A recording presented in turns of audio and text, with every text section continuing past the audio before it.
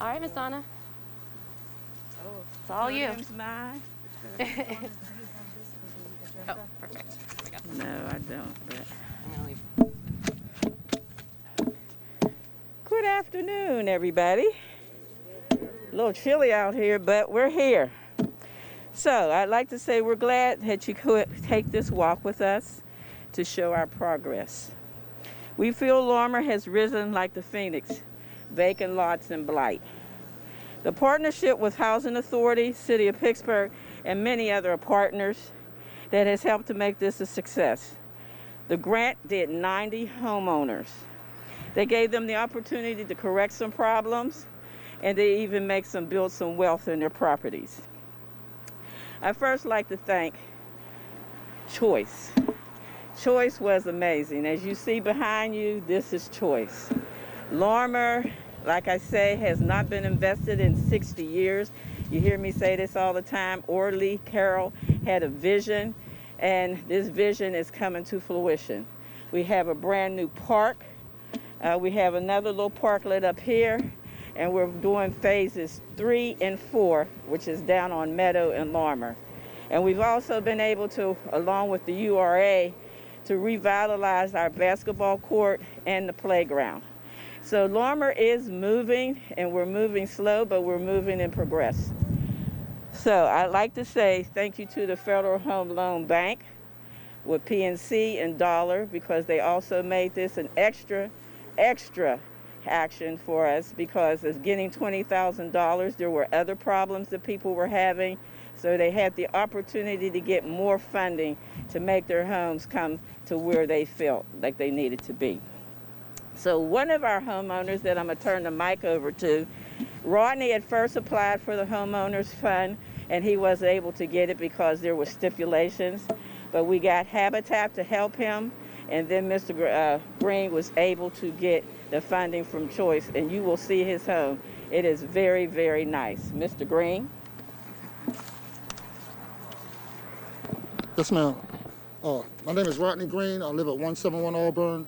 I've been living there since 2010. Actually, the property was a family property that was in my family, and I grew up there back during the 70s, like around 76. So I went into the service. I was away for some time and came back home during like 2002, around the time we had, the problems with, overseas and all that. So there were some problems that needed to be done with the home, and I was able to get some work done with the URA and some funding with Habitat for Humanities. I got some inside work, repair work, bringing some upgrades on some of the electrical and plumbing, and brought the specs up. So that followed through for other work to be repaired for the outside facade. We had roof work done, windows, siding, cement work, repair for the porch. It was a lot of repair work that went into the project. So I was really pleased with the crew that came out that did the work. They were on the job. Everything went like clockwork, and I'm really satisfied with everything. Thank you very much.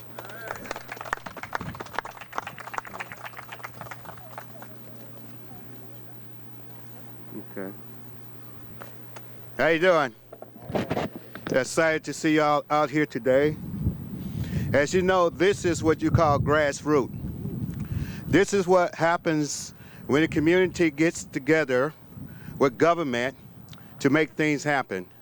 The Choice Neighborhood program coming out of HUD allowed the Housing Authority, the City of Pittsburgh, and the residents, and with some developers to make this happen.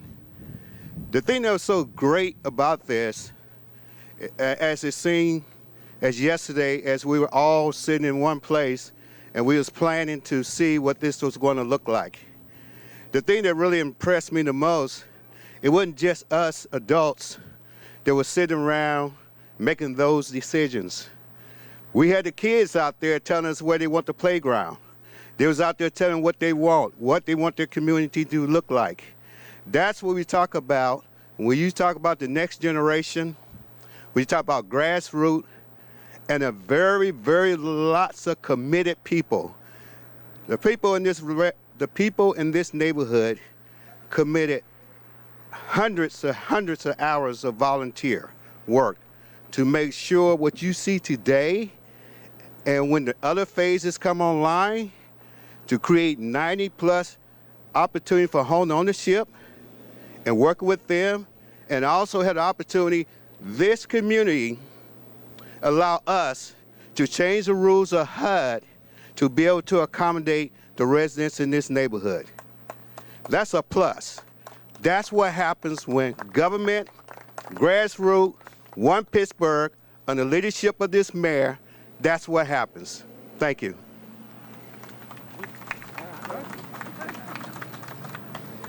Thank you very much. Greg Flisson with the URA. Glad to be here, everybody.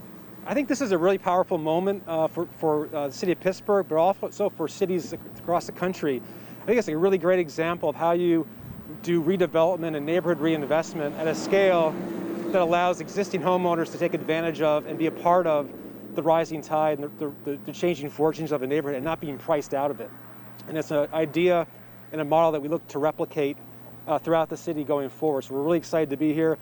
Too many URA folks to thank. I want to thank the Housing Authority, Castor Monique, JW, but also some key URA staff, Jessica Smith-Perry, Alicia Majors, Corey DeRico, I thought Corey, hey, Corey, Paul Marinovich, Colette O'Leary, and I'm sure I'm missing dozens of them. But anyway, it's a really, really great moment. As I understand it, there were 90 folks who took advantage of the grants that we had, which represents 40% of the homeowners in the neighborhood took advantage of this program. So hats off to everybody. It's an exciting moment. Thank you very much. And I guess it's my opportunity to introduce our fine mayor, Mayor Bill Peduto.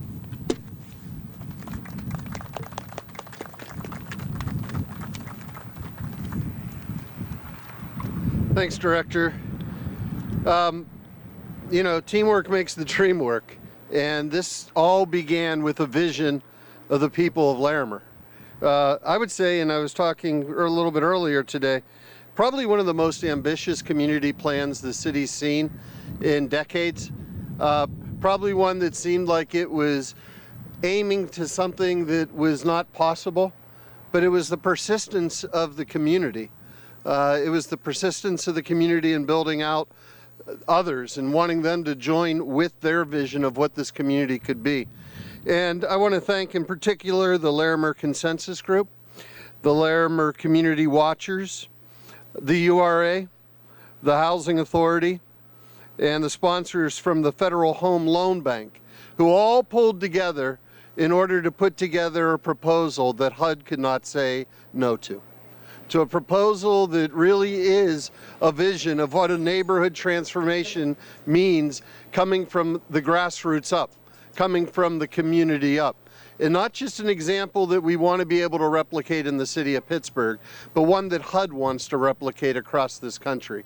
So many people, when they're driving through Larimer, see all these new buildings and all this new mixed housing, and they think that is the choice program, and they don't understand that it goes much deeper, that it goes to those who called Larimer home before these buildings were built, to the ones who struggled during the hard times, and it provided the funding for them to take care of what may seem like small things: facade improvements, improvements to the porch, new roofing, sidewalks.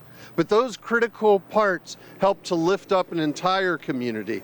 And as the director said, 40% of the owner-occupied houses in this neighborhood took advantage of this program to better their community, to make it a better community for all.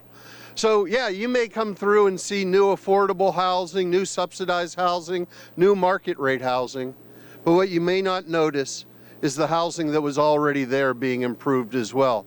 The 3 new parks being built for the community in order to be able to provide green space for kids that a generation ago didn't have it. And the opportunity to better the lives of everyone who calls this special neighborhood home. That's what we're here to celebrate today. We've cut the ribbons on the buildings that have been built and the ones that will be coming in the near future.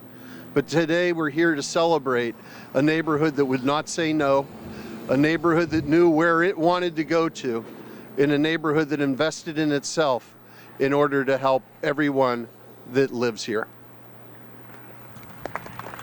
Miss Donna, I love you. And I can thank you and the rest of the leaders of this great community for the vision that you showed and that you have proven that no matter how big the dream, it can happen. Thank you. Yeah. So before we go on our dear walk, I cannot leave out Becky Yogo. She is Vice President from the Dollar Bank. And if the Federal Home Loan Bank had not added this extra to the Choice neighborhood, who knows what would have happened to some of these homes. They would not have been able to do some of the things that they got done. So Becky.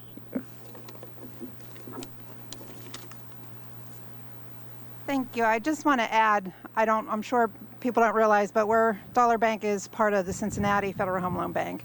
So this is actually Ohio money that came into the Pittsburgh area, which I'm not sad about.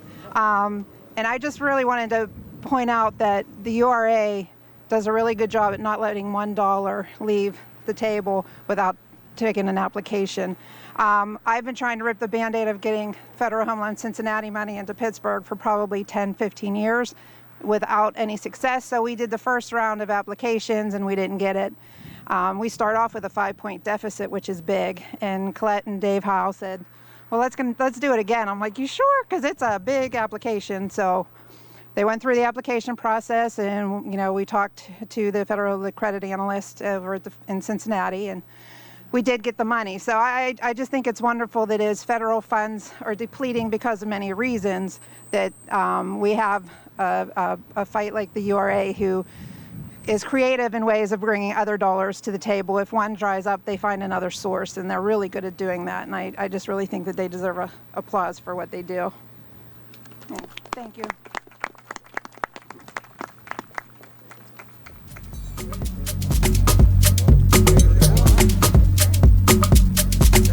Let's walk. The walk is approximately a little less than 1 mile long. We're going to head down Auburn, and then we'll go up Carver, and then down Mayflower, and then back around to the Eco Center. So it's a little less than 1 mile, and we'll see, a sample of the facades that have been completed, actually 16 of the 90. So hopefully you can walk with us and see those. If you need a map, I have it with me.